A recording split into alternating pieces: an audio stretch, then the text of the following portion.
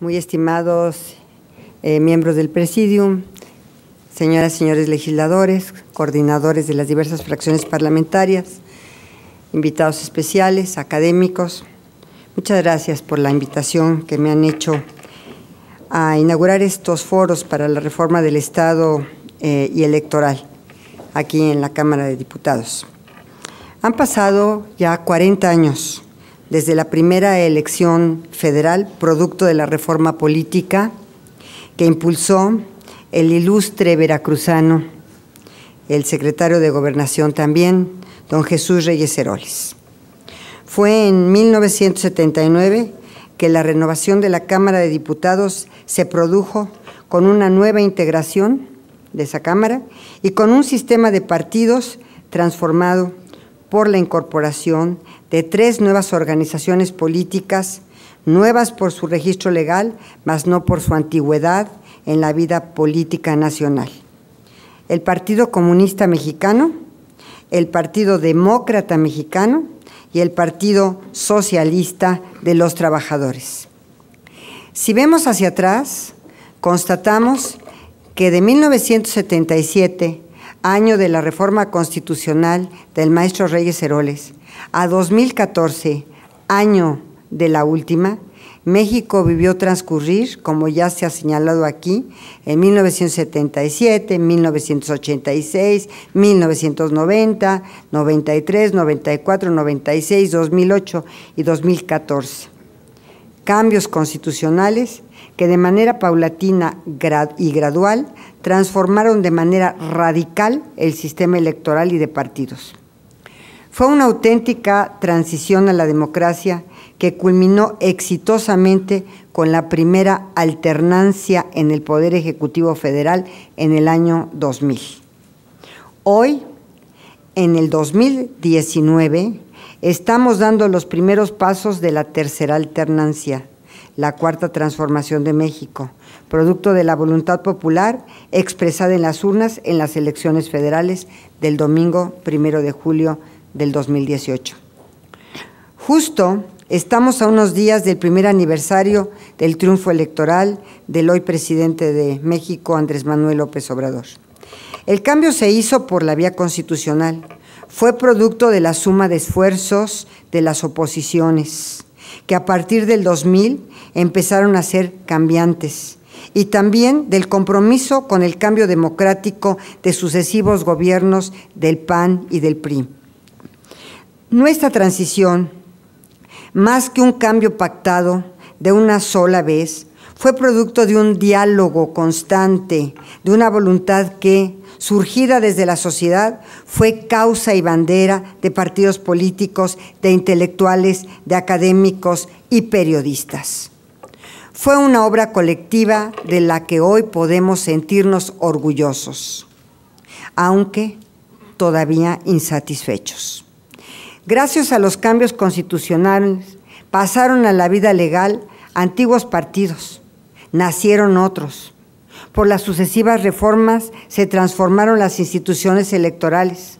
Primero surgió el Tribunal Electoral, luego desapareció la Comisión Federal Electoral, controlada por el gobierno y su partido, para dar paso al Instituto Federal Electoral, que en 1996 fue dotado de autonomía de rango constitucional, al mismo tiempo que el Tribunal Electoral adquirió potestades plenas y fue adscrito al Poder Judicial de la Federación.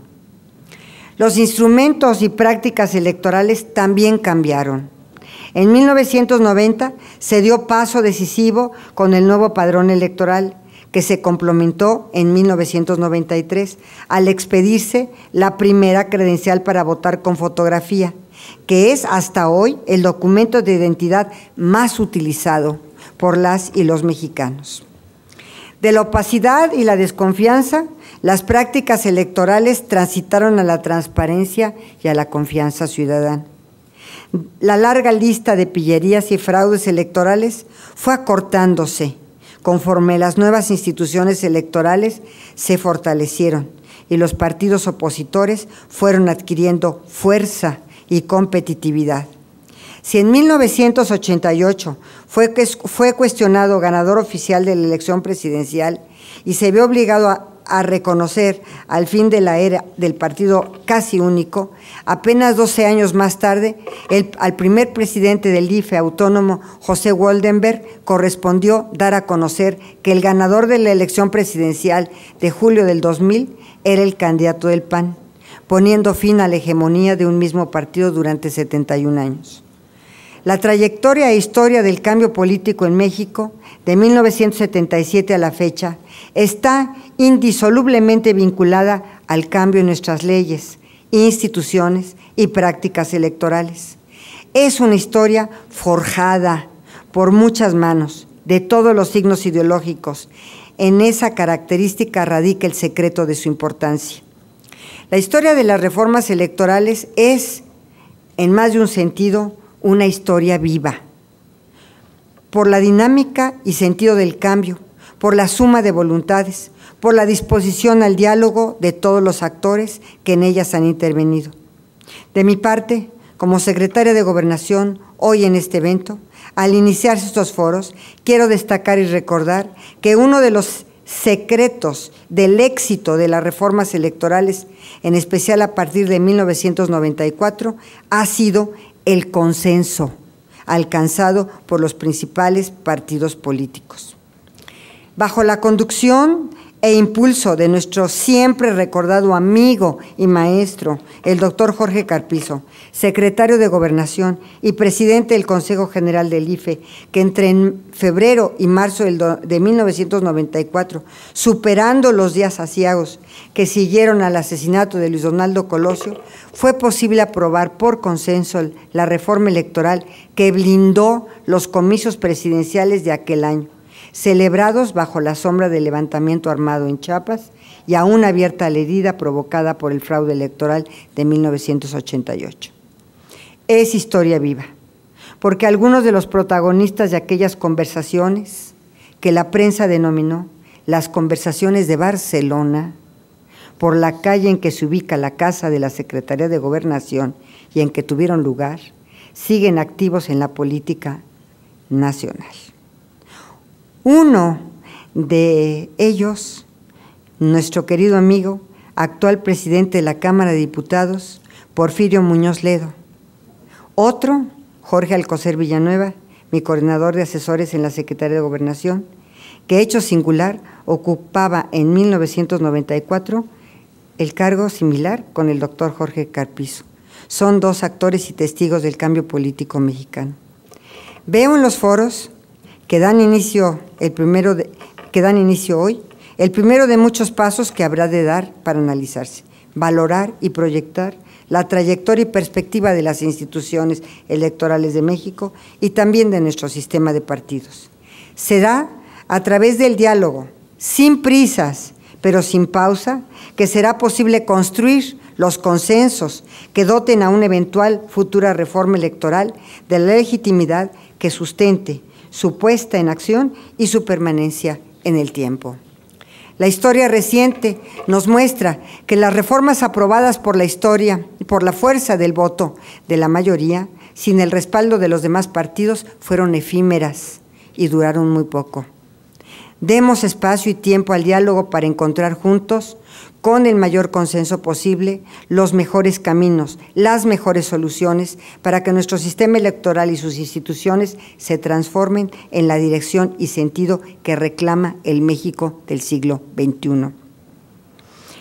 Termino mi intervención recordando una anécdota que me han platicado testigos de las conversaciones de Barcelona, de la reforma de 1994. Cuando Porfirio Muñoz Ledo, entonces representante del PRD, propuso una regla para las conversaciones de Barcelona, la del consenso. El presidente del PAN, entonces, don Carlos Castillo Peraza, le preguntó cómo deberían entenderse tal regla. Porfirio habría dicho, y aquí está presente, y él me corrige si la información no es correcta o es imprecisa. Decía, el consenso en una mesa como esta no es igual a la unanimidad. Consenso es ausencia de disenso.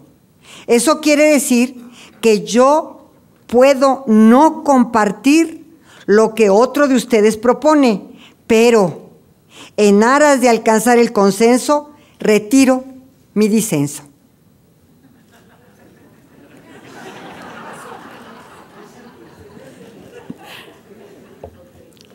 Que sea la regla de 1994 la que guíe los trabajos que hoy dan inicio en esta Cámara. Que sea el diálogo, la construcción de acuerdos, la búsqueda del consenso, las reglas que den dirección y sentido a la nueva etapa del cambio electoral y político en México, para que así, al llegar a la renovación completa de los poderes federales en el año 2024, contemos con reformadas y renovadas normas, instituciones y prácticas que, como ayer, sean producto de la suma de voluntades, para que de esa suma emerja un resultado en favor de nuestra democracia. Muchas gracias.